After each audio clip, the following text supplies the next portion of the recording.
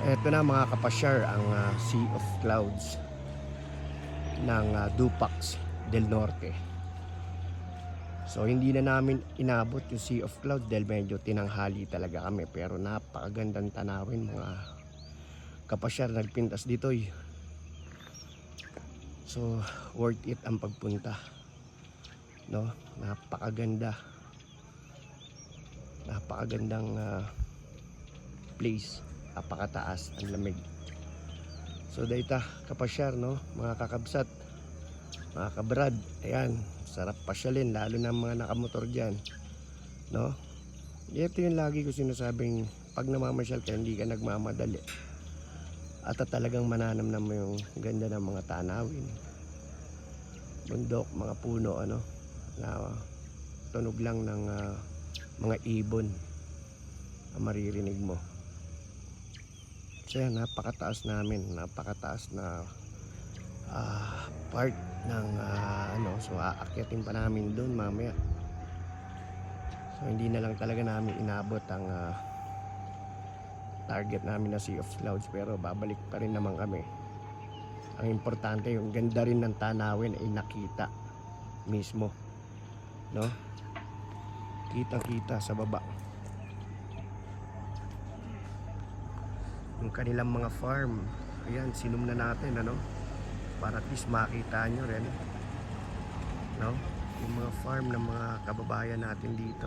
Ayan, so napakaganda at talagang masisipag ang mga taga Nueva Vizcaya, Dupax, Nueva Vizcaya, mga kapasyar. Ayan, yung mga talagang forest pa, no. Ayan, lalaking puno mga kapasyar. At sa baba mga taniman na mga kapasyar. Ayun, so makikita nyo yung mga ibang bahay nila, kabahayan, no. Napakasisipag, nakakatuwa dahil dito galing yung mga produkto natin, mga vegetable, no, mga gulay natin. Nakita natin mga kapasyar.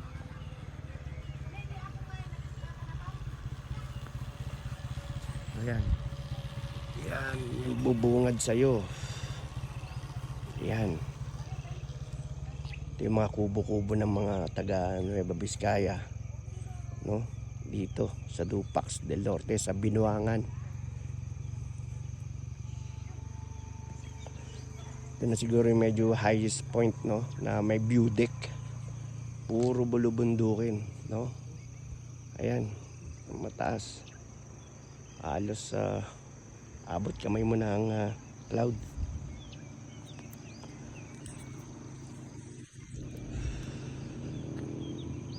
Hindi na lang talaga namin inabot yung Sea of Clouds mga kapasyar, pero worth it pa rin, worth it. Ayan yung kalsada na dinaanan namin kung saan kami nanggaling, ano. So napakahirap din na kalsada dahil sigsag. Napakasarap sa mga kapasyar natin nakamotor dyan, mga rider natin dyan. So ayan yung mabubungad sa inyo. Ang tingin ko pinakamaganda rito mga kapasyar yung mag tent tayo, no. Tingin ko naman i-allow nila dito pag may mga tent, ano, kasi masarap mag-spend ng kahit one night lang sa mga camping site nila dito. So ayan mga kapasyar, balak namin pasyalan ng Kapisaan Cave dun sa Kasibu, part ng Nueva Vizcaya pa rin mga kapasyar, ano. So ayan yung mga bulaklak nila sa baba, nagaganda ang mga bulaklak, no. So bababain namin mamaya dito mga kapasyar yung kanilang kubo-kubo. So napakaganda, no. So meron tayong maitutulong na yung entrance fee na 20 pesos sa kanilang komunidad mga kapasyar, no, sa adult 20 pesos. Siyempre nga naman nakita nyo naman yung kalsada rito, napakaganda. At para mas continuous pang mapaganda nila mga kapasyar ang kanilang komunidad dito sa Nueva Vizcaya, sa Dupax. So eto, no, yung mga kubo-kubo nila. Ayan yung view deck. Ayan si Mrs. So tuwan-tuwa na nag-video. So ayan, talagang kung inabot siguro namin siguro an hour before, mas maganda sana. Pero sabi ko nga, walang panghihinayang dahil napakaganda talaga dahil tanaw ang mga bulubundukin, mga kapasyar. No, so ito yung kanilang mga kubo-kubo, mga kapasyar. Na kung saan pwede ka magstay, mamahinga, no? So ito, napakaganda. Tatanungin natin kung pwede magstay sa kanila dito ng overnight. So napakadami, no? Dami naming mga kasabayang mga nakamotor kanina dun sa baba na namamasyal din. Yan yung mga kanilang mga bulaklak, ano? Mga kapasyar. Talagang buhay na buhay dahil malamig, mga kapasyar. So naasahan ko rin na maglagay din kayo ng time nyo. Tapos magpasyar dito yung mga kapasyar. Ayan, yung kubo nila. Kung saan pwede kayo maghang, no? Mag-relax, umupo muna, no? Yung mga kasabayan din tayo, mga namamasyal dito. Ayan, si ma'am.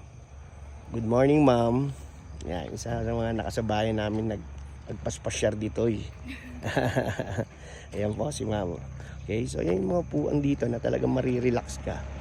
Nasabi ko nga, kung gusto mo yung relaxation, mga kapasyar, dito kayo magpasyar. Maglagay kayo ng time. Napakagandang tanawin, no? So magkape-kape, yan, umupo at mag-relax. Napakaganda, no? So dito tayo, ayan.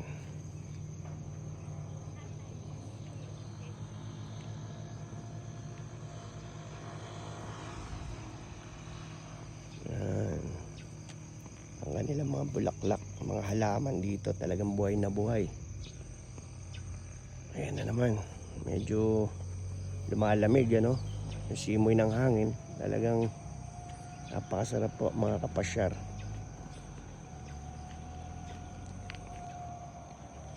Tingin ko pwedeng magstay. Tatanungin natin mamaya, mga kapasyar, dun sa harap kung pwede mag-overnight dahil ang sarap eh.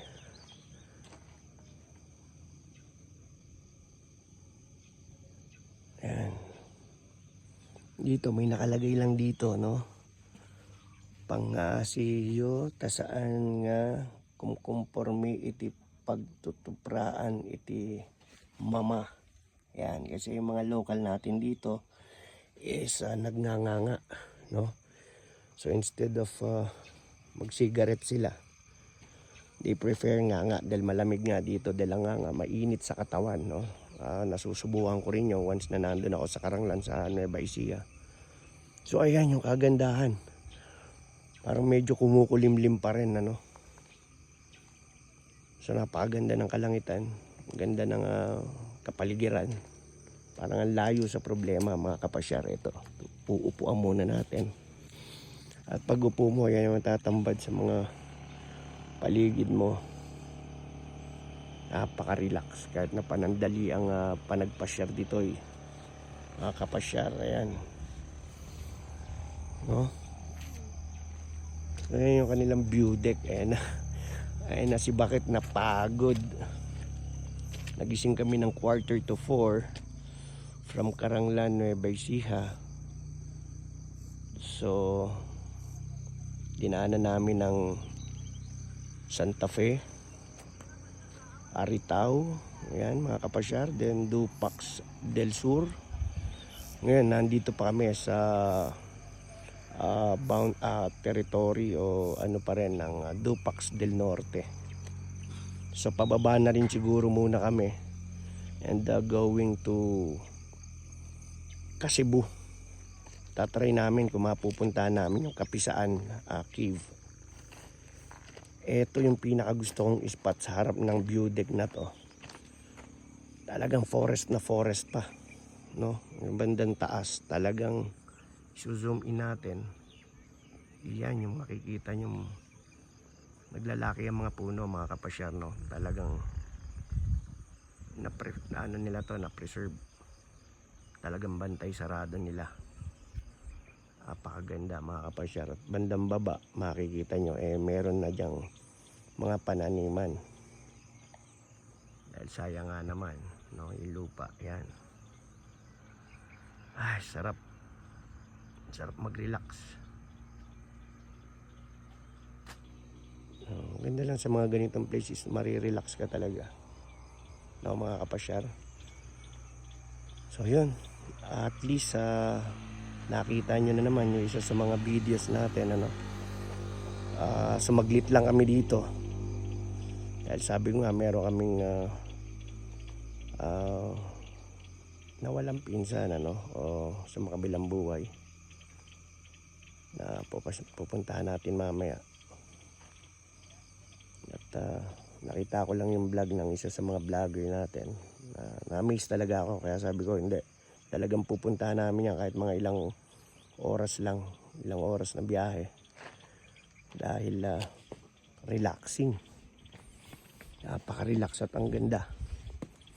I mean, almost 5 days kang nagtatrabaho o nasa Manila, alam nyo na may stress sa tenga, polusyon. Dito medyo makaka-relax ka kahit papano, no?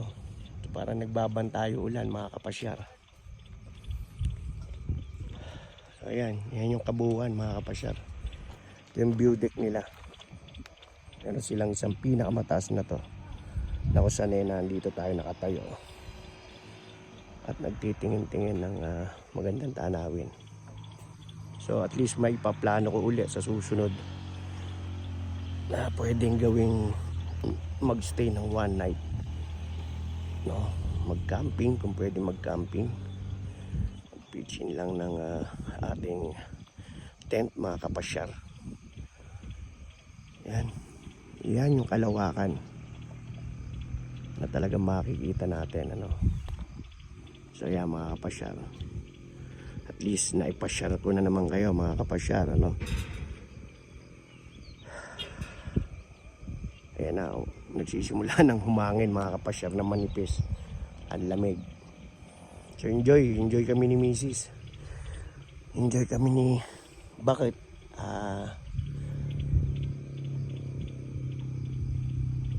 Spending our time together, no.